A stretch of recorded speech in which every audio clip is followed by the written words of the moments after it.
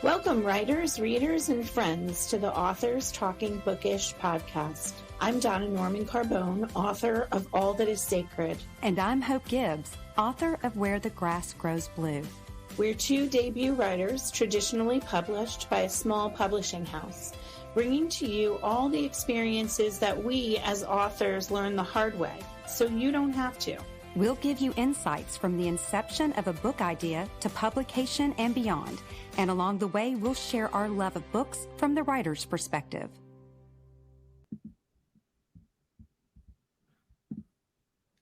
Hi, everyone. Welcome back. This is episode 4 of Authors Talking Bookish, and I am Donna Norman Carbone, author of All That Is Sacred. Hi, Donna. Hi. I am Hope Gibbs, and I am the author of Where the Grass Grows Blue. And today, like Donna said, is episode 4. I am so excited about this. On our last episode, we talked about the importance of your first draft. Okay, so how to do it, some books, some tips that work for us, things to look out for when you're reading. So today, we're going to change gears, and our title of this episode is I've written a first draft. Now what? So what's the next step? You've got this manuscript. You've got this first draft. How are you going to get it from your computer or from home out into the world? So we're wanting to get your manuscript ready for querying. So before we start, Donna, what's going on with you? How's your summer going? My summer's going great. I just got back from a trip to Europe, which was amazing. And now I need to hit the ground running and start to book some more events for my book. I need to try to make the most of summer before I get back to school. How about you, Hope? School's starting back soon for you, right? 3 weeks. Oh, okay. Yeah, 3 weeks. I'm going to try not to think about that. How about you? What's going on with you? Well, it's the end of summer for us. My kids start school kind of earlier down here in the South. We start school pretty much in, mid to beginning of August. So my kids are going to be heading back to their respective colleges, and I'm going to have a quiet house again. So hopefully I can do a little bit of writing and getting some work in before I go. I'm actually going to go to Europe in September. So I'm going to try to get as much as I can in for August. But of course, I can't just only work. I have to read. And I've got several books that I've got, loaded on my Kindle for my trip. And I went to my local bookstore and I picked up this. It's called Beach Read. And it's going to be my very first Emily Henry book. I don't know if you've read her, but everyone on Bookstagram, Instagram, they just love her books. Yeah, I have seen that as well. I have not read any of her books, but definitely she's definitely somebody that I plan on getting to. My TBR pile is still rather large. I didn't get through as many books as I anticipated, but I just picked up Celeste Ng's Our Missing Hearts. Have you ever read Celeste Ng? I have not, but I did watch the series. It was on Hulu, I believe. And that was little fires everywhere. And I loved the series. It was nothing I had against the book, but the series was just kind of there in front of me. And so I kind of got sucked into it. Yeah. I enjoyed that series a lot. And I think they did a really good job with it. Reese Witherspoon's book club does a nice job with those adaptations that she's creating. Yeah, I finished watching The Last Thing He Told Me. So that is a book that I did read. I read that book. And then I think it was on Apple. It had Jennifer Gardner in it. So it was and I really, really enjoy Laura Day books. And so I gobbled that one up this summer. Yeah. I'm looking forward to this one. I read the previous 2 books that Celeste Ng wrote and liked them quite a bit. So this one has been on my TBR for a while. Yeah, my list just gets longer and longer and longer. It's just so many books to try to get through. And then I read books for a bookish road trip, and I'm loving all the books that I'm reading with that. I've got to read the Friendship Breakup. I'm so excited about that one. So there's a lot of books coming up. Yeah, that's a good one. I read that one by Annie Catherine. Yeah, and I believe she actually won an award recently for that book. Yeah. Yeah, she did. She did. That's awesome. I Okay. love So to see indie authors do well, that. hope yeah, I love when indie authors do well. So, okay, now let's move on to why we're here for our Yep. podcast, episode 4. You've got a manuscript, you've got a first draft. Now what? So, Donna, could you tell me just a little bit about your first draft? How long did it take you, and what word count did you come in? So, it took me about a year to write, and it was over 120,000 words, which I had to whittle down to, I think the end product was 94,000, which was right in the women's fiction wheelhouse. What about you? From the time I actually got really serious about writing, it took about a year to write the first draft. And I, like you, 120,000 words, way outside of what I needed. And so after I finished writing, typing those beautiful words, the end, I'm like, oh, I've written a book. Everything is great. And then I realized I had written a massive, just too many words, all telling, not show, I mean, showing it needed help. Mm. And I wanted to get it into a position because I loved the heart of the story. And the heart of my story, even though it's been through several edits, it's never changed. It was Mm. always, Penny's journey. That's my main character. It was her journey to embrace forgiveness because she had denied it for so long. And when she does that, and it changes her. And so that always remained, but I had a lot of stuff I needed to cut to get it ready to query. Now, before we even go further, for those who might not know that process, Donna, could you tell people what that means when we say to query your manuscript? Sure. Querying your manuscript is getting it as polished as you possibly can. Doing some research for possible agents or publishing houses that you would like to offer you a contract to work with, and writing a query letter and sending all of those out. But before you get to that point, you need to make sure your draft is almost publishable. Otherwise, you're not going to get any requests from those. So, what did Yes. you do, Hope? Once you had that draft, what did you do? What was your next step? Did you write a query letter right away? What did you do? No, I sat on my book for a long time. So I wrote my book completely on my own. I was in like my own little writing bubble. Most people didn't even know I was writing a book. Only my closest friends or people that had watched me carry around my laptop all over, Nashville Mhm. and on vacation and on girls trips, they started figuring out I'm not just, on Amazon buying things. I'm actually typing. So for me, I didn't have a writing group, and it's something I regret. I wish I had, a writing community when I was writing, or to know other writers or aspiring writers or authors, but I didn't. So for me, when I knew I needed to get my manuscript tightened, I went in the direction of hiring a content editor. So I started, as we talked many times on these shows, I started doing research, and I needed to find someone, a professional that I could trust, that I could send my manuscript to, obviously hire them, and try to give me an overall content edit. So, I mean, Donna, you've been through content edits. Can you just tell everyone just a little bit about what that means? Sure. A content edit looks for plot holes in your story, looks for big picture ideas. Like for my first book, one of the things I needed to do was write a new first chapter. My editor didn't think it began in the right place. For my second book, it meant really going through the book and developing one of the characters that she felt was underdeveloped throughout. So it depends. It really depends on the work, and it depends on the editor that looks at it. Yeah. So I hired a content editor because I viewed it as an investment, because I didn't have someone else that I could bounce ideas off of. So I decided that this is a business, because being an author is a business, and so I looked at it that way. I found a editing service in New York that I really liked. They had some very good testimonials, and I sent that to them, and I loved how honest they were with me, because immediately they were like, we will absolutely edit your book, but at 120,000 words, this is going to cost you a lot. And I didn't understand what they meant because they charge per word.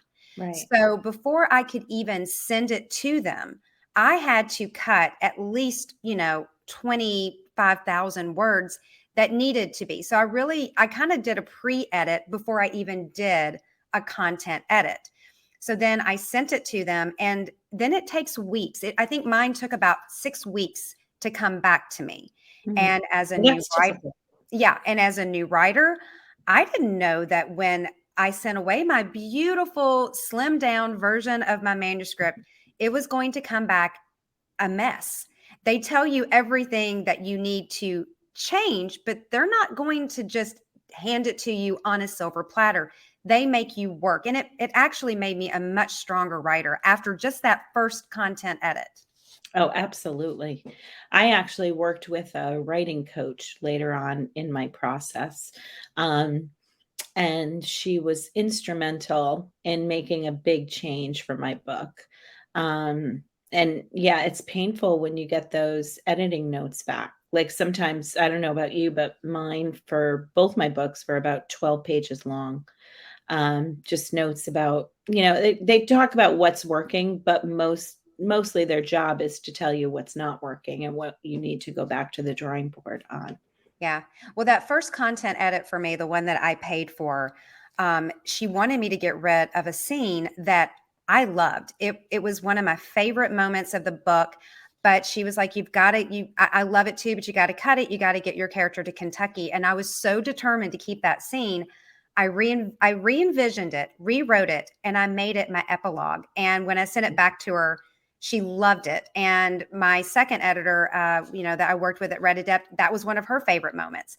So, just because the editor says get rid of it, you can reimagine things.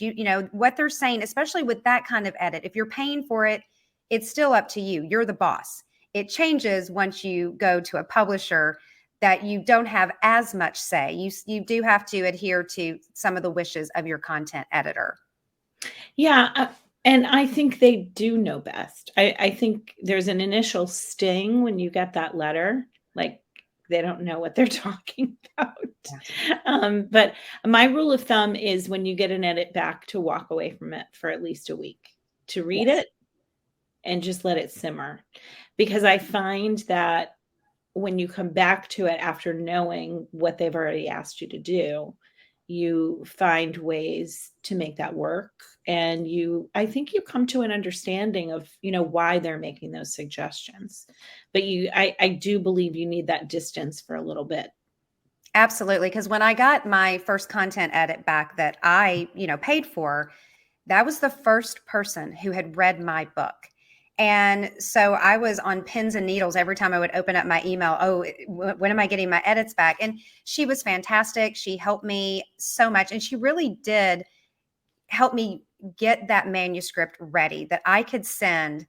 And they're not going to focus a lot on your grammar. That's not really what a content editor is going to do. They're big picture. They're going to be, finding big plot holes.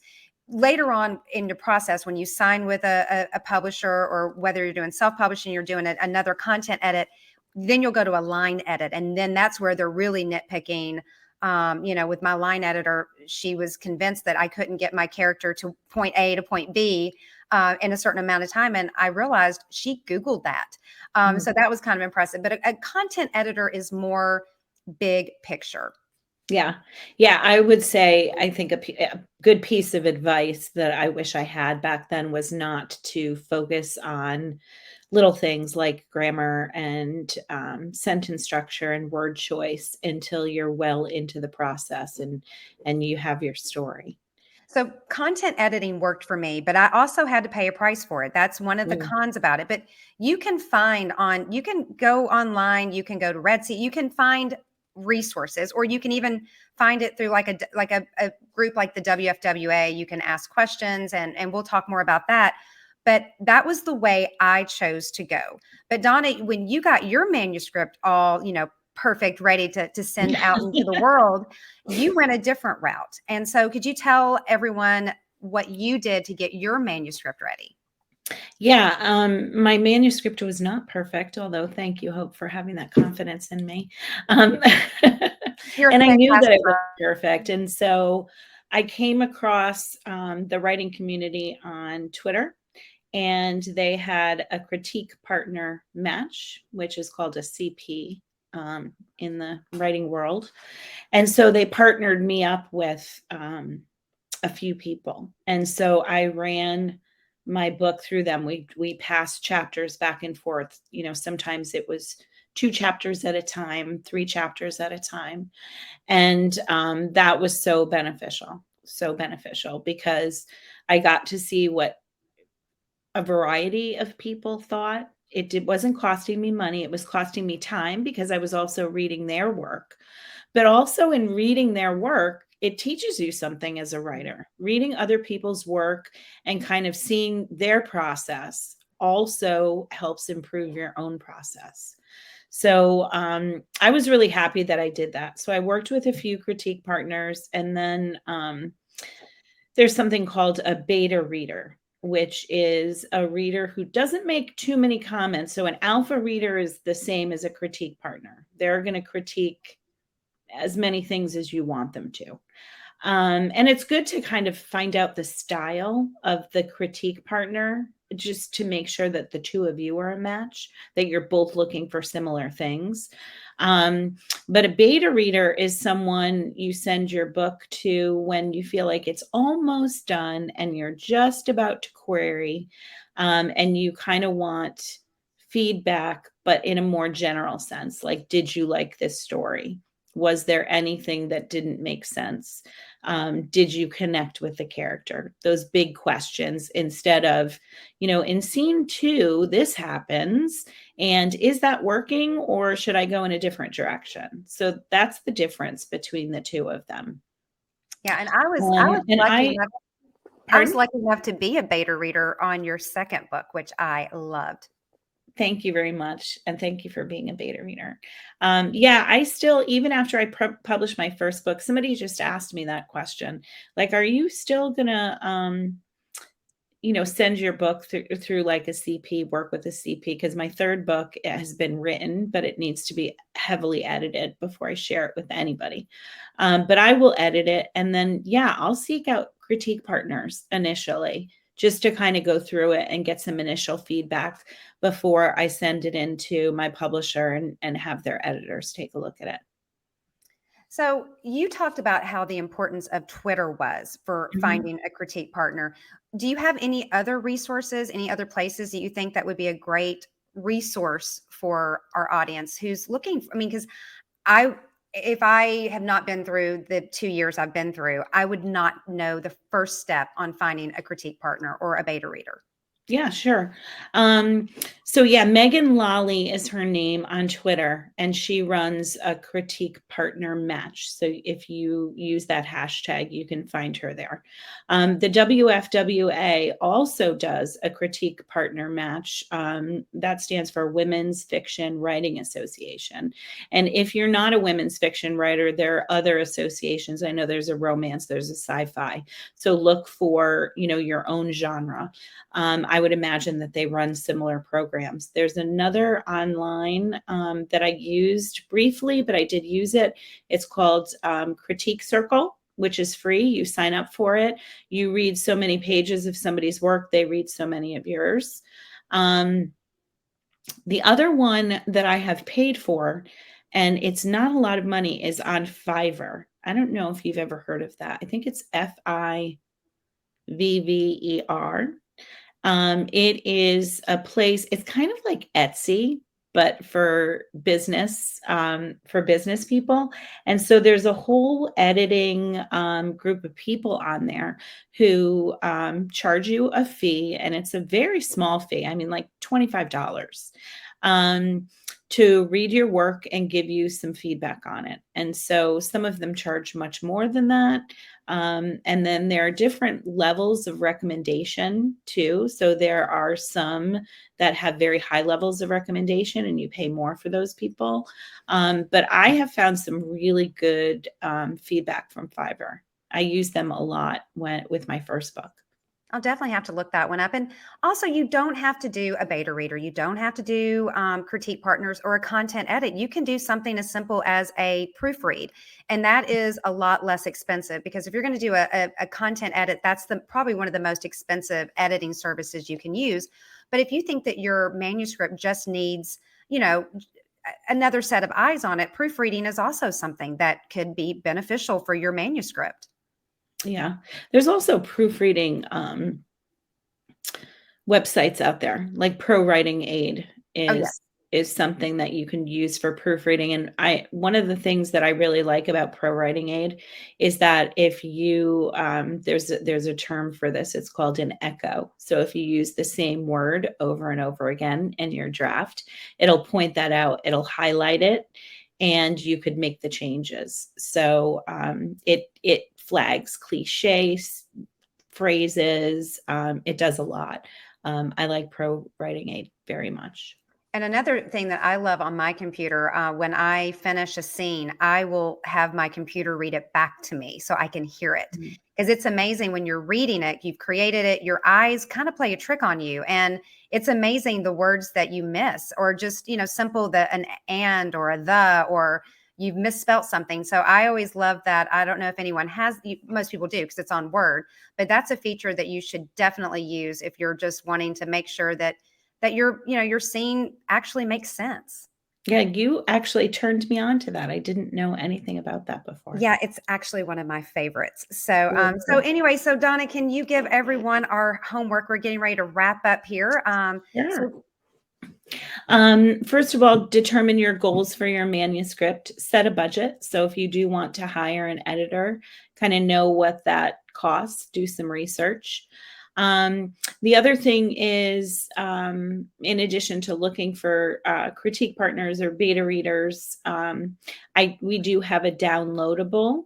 As I mentioned earlier, it's good to kind of know what you want in a critique partner or a beta reader. I know, like I sent a list of questions to Hope that, she was talking about when she was a beta reader for my second novel. But what we did is we put together a sample list of questions that you could use. You could use that list. You could modify that list, but that is available on our website as a download. Well, Donna, this was so much fun. And again, everyone can find us on Instagram at Authors Talking Bookish. We'd love some followers. Also, you can find us on the website at www.authorstalkingbookish.com. It's one word. There's no spaces. So anyway, Donna, what's on our agenda next? What's coming up on our next episode? Sure. Our next episode, we are going to talk about branding, which I never heard of before I signed my contract. Somebody asked me, what's your brand? I had no idea what that was. So we're going to talk about branding, how you find one, on our next episode, episode 5, which will air on August 2nd. Well, I am looking forward to it. And again, this was so much fun. We've got episode 4 already done. Yeah, that's fantastic. I know this is a blast. Thank you, everyone, for tuning in. We hope we've been helpful. Thanks, everyone. Bye. Thank you for joining us today. I'm Hope Gibbs. And I'm Donna Norman Carbone. It's time for you to get to work. We look forward to seeing you in 2 weeks with another tip from your author friends.